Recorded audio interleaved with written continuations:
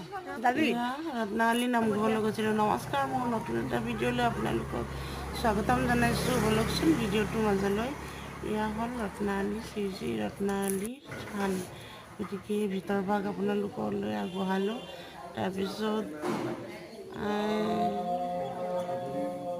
আকৌ আপোনালোকক এয়া হ'ল ৰত্নাৱলী নামঘৰলৈ যোৱা মানে ৰাস্তাটো চাওক। এয়া নদীৰ কাষে কাষে আপোনালোকে যদি কোনোবা আহিব বিচাৰে আহিব।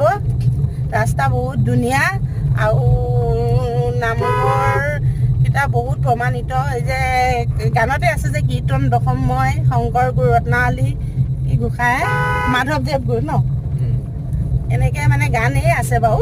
গতিকে আপোনালোকে যদি অহা নাই আহি চাব, বহুত প্ৰমাণ পাব। গতিকে আহিব। বিশেষকৈ ল'ৰা ছোৱালী নোহোৱাবিলাকৰ কাৰণেও বহুত উপকাৰী। আহিব। তাৰপাছত কৈ থাকোঁ কি কি হয় দেখাম বাৰু। ৰত্নাৱলী নামঘৰ পাইছোঁহি, এয়া পাইছোঁহি আৰু দেখাম বাৰু আপোনালোকক। এয়া পালোহি ন, এয়া পালোহি চাওক। আমি গাড়ী এইখিনিতে ৰাখি দিওঁ।